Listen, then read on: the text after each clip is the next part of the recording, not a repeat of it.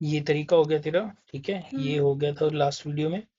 अब मैं एक और तरीका होता है कि हमने प्लेन लिया, सेम चीज सेगमेंट बढ़ा के उसको एक्सट्रूड कर दिया अंदर की तरफ, ठीक है। अब मैंने इसकी कॉपी ले ली, यहाँ पे कॉपी लेके मैंने बैंड ले लिया, बिकॉज बैंड क्यों ले रहा हूँ, बैंड ना कर्व सरफेस बनाता है किसी भी चीज को बैंड करने के लिए, ठीक है। अब ये गलत आ रहा है बिकॉज हमने एक्सेस सेट करनी पड़ेगी, ठीक है। यहाँ से ये दिख रही है साइड से बैंड हो रहा है, हमें एक्स में ट्राई करते हैं। 360 डिग्री पूरा लिखते कि यहाँ पे, तो ये पूरा बैंड हो जाएगा, ठीक है। अगर हमें कम करना है, फॉर एग्जांपल हमें 270 करना है, और कम करना है कि भाई ये मेरे को सी पे ही चाहिए, ऐसे चाहिए मेरे को, ठीक है, ऐसे भी कर सकते हैं। एक तो ये हो गया। अब एक ऑप्शन होती है कि हमें ये किसी पर्टिकुलर पाथ पे चलाना, फॉर एग्जांपल ये आया और ये गया और ये आया, ठीक है। तो ये हो गया पाथ, ये होगी शेप। ओके, सो इसमें क्या होता है, मेडी कैसे होता है। एक ऑप्शन पाथ डिफॉर्म होता है, सबसे ऊपर पाथ डिफॉर्म, ठीक है। अब ये भी सेम, इसकी ना एक्सेस वैक्सेस सेट करनी पड़ेगी। हाँ कोडिंग हो रही है, अब ये देख रही है।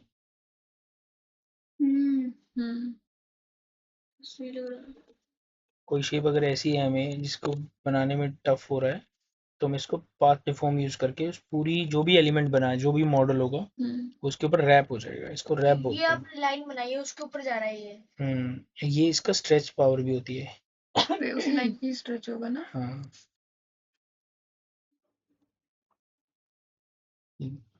इसकी एनिमेशन बनाने कैसे लगेगा, एनिमेशन भी बन सकती है इसकी। सो फॉर एग्जांपल एनिमेशन बनाने के लिए तो मैं ये करना है, एनिमेशन सिखाई है मैंने तेरे को अभी तक। चलो एनिमेशन बाद में सिखाऊंगी तेरे को, वैसे भी टेस्ट करने के लिए यहाँ पे है। सो क्यों करा मैंने जीरो पे, फॉर एग्जांपल जीरो पे यहाँ है, तो मैं गया 30 पे गया तो मैंने परसेंटेज बढ़ा दी, ठीक है। वही है की फ्रेम वाला सेट है। हाँ की फ्रेम जैसे नॉर्मली हमारे सॉफ्टवेयर में होती है। आई थिंक मैंने शुगर की भी नहीं ली है।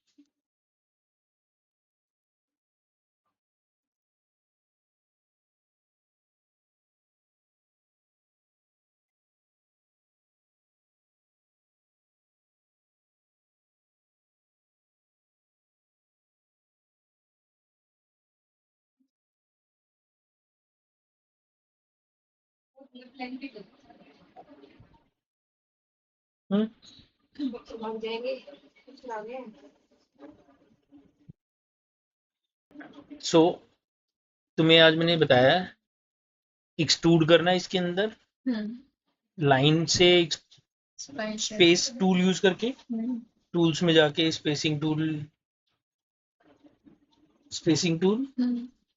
And second is, third is your path के ऊपर चलाना। तो पाथ के ऊपर चलाने के लिए पाथ डिफॉर्म यूज करा हमने मॉडिफायर। सीधा सीधा कॉन्सेप्ट है पाथ डिफॉर्म में, आप पहले पाथ बनाओगे जिस भी पाथ पे गया हुआ है। सो दूसरा आप ऑब्जेक्ट होगा जो आपका ऑब्जेक्ट चलेगा। अब तुम्हारे दिमाग में आ रहा है कि ये शेप पे क्यों चलाएंगे हम, बहुत चीजें होती हैं यार जिन पे नहीं करना होता। तो कई बार क्या होता है, हमारे पास दीवार बनी होती है प्रॉपर, जो फॉर एग्जाम्पल यहाँ से यहाँ गई, यहाँ से यहाँ गई, उसके बाद यहाँ गई, उसके बाद ये गई, इसके बाद ये गई, फॉर एग्जाम्पल ये। अब इनके कॉर्नर कर्व हैं, ठीक है। तो मैंने उसके लिए क्या करा, फ्लिट यूज कर दिया, ठीक है। अब किसी कमरे की दीवार ऐसे बनानी है हमें कि भाई ये ऐसे जाएगी, तो सेम चीज उसको भी पाथ डिफॉर्म,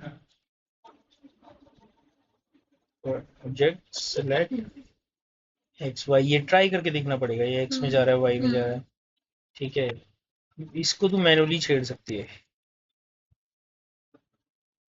प्लेन प्लेन ये रहा, या इसको स्ट्रेच करने की बजाय मेरे को इस पूरी प्लेट को उस तक पहुंचाना है, मतलब पूरी को कवर करना है लाइन को।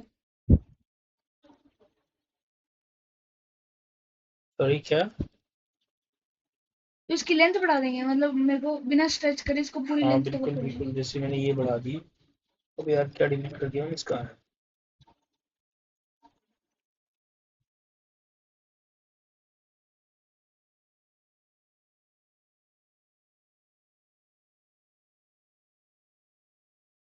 ये है ना मेरी, एक तो इसकी हाइट बढ़ा दी मैंने, और इसकी कॉपी भी ले सकते हैं मीडियम।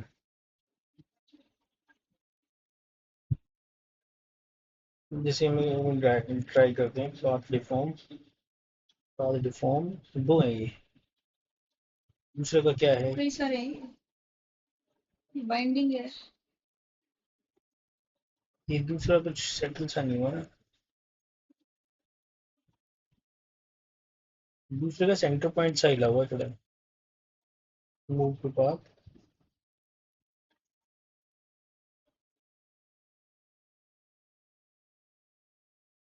ये एनिमेशन की जो सेंटर से आ रहा है मेरे ख्याल से। हम्म,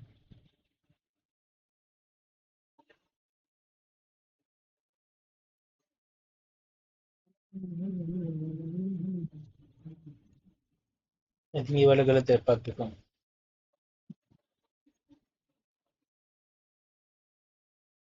खाली पाथ डिफॉर्म। एक ये एक्स वाई जेड, और इसका ऑब्जेक्ट को रोटेट कर दिया क्या हमने?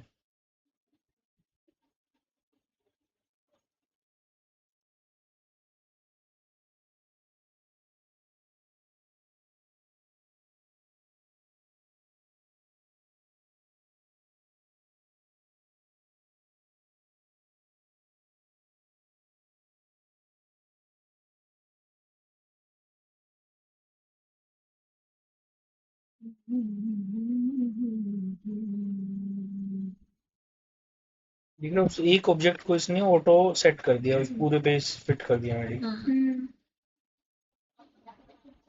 मतलब अगर कोई ऐसी वॉल बनानी हो डिजाइन देके तो वो भी हम इससे कैसे कर सकते हैं ना। हाँ, अब मैं एक और चीज बताता हूँ इसमें मैं कैसे यूज करता हूँ। फॉर एग्जांपल ये सेम चीज को जैसे मैडी ने बोला आगे तक लेके जाना है, अब ये तो देखना, इसने इसको स्ट्रेच कर दिया ना, ठीक है, तो ऑटो को हटा दिया मैंने। तो हम इसी की लेंथ बढ़ा देंगे स्टार्टिंग से ही। या तो लेंथ बढ़ा दे मेडी इसकी, या फिर इसको फॉर एग्जांपल ये 0 पे यहाँ है, तो मैंने फॉर एग्जांपल ये यहाँ रखा 3% पे, मैंने इसकी कॉपी ले ली, कॉपी, ठीक है, अब सब कुछ वही है, और इसको मैंने आगे ले लिया, एडजस्ट कर ले अपने आप, ठीक है, इसकी भी कॉपी ले ली मैंने, और आगे लेके चले गए। ये तो मैनुअली काम हो गया ना। हाँ लेकिन तेरे को ये कंसिस्टेंसी रखनी है ना। तो फिर इसी की हम हाँ, या तो तू, तेरे को अगर अंदाजा है कि ये इतने फुट की वॉल बनानी पड़ेगी सो दैट कि इसके ऊपर रैप हो जाए, तो उतने ठीक है। फुट का हम स्टार्टिंग से कर लेंगे इसको। हाँ लेकिन वो मुश्किल हो जाएगा तेरे लिए ना। जब घूमेगा तो हिलेगी डिजाइन तो इसका हमेशा स्ट्रेच होगा ही। तो नहीं, वो उतना नहीं होगा ना फिर, एक तो मैं इस शेप को यहाँ यहाँ घुमाऊँ, स्ट्रेच कराऊँ,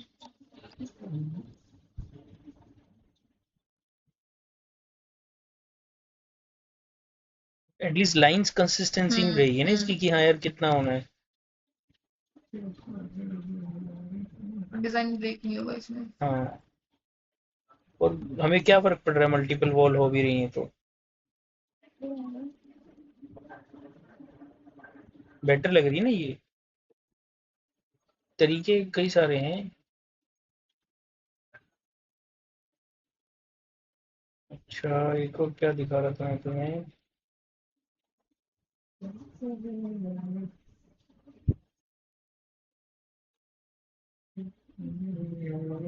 खराब भी हो जाएगी।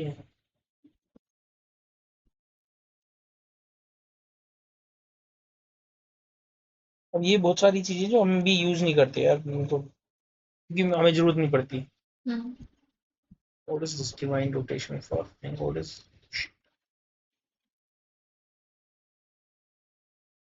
लेस टाइप का कर दिया। ठीक है, ये I सब don't तो एनिमेशन के काम होते हैं।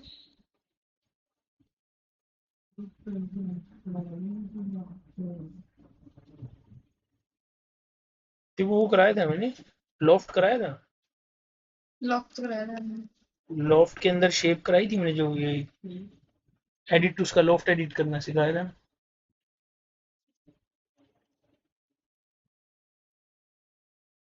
एक सेकंड रुको।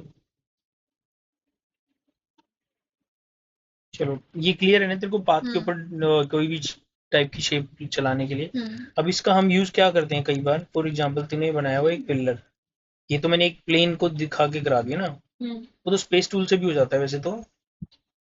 स्पेस टूल बेटर है उस पिलर्स के लिए तो, सो दैट मतलब ऐसा हो कि मेरे को इस पिलर, इसके ऊपर पिलर चलाने हैं बहुत सारे, तो वो तो तुम स्पेस टूल से यूज करो, वो बेटर है स्पेसिंग टूल। ठीक है ना, ये सारे कई हर चीज काम की है इसमें। एरे भी बहुत काम का है, लेकिन बहुत फास्टेस्ट यूज करने के लिए हम अपनी ये मैनुअली चीजें यूज कर लेते हैं।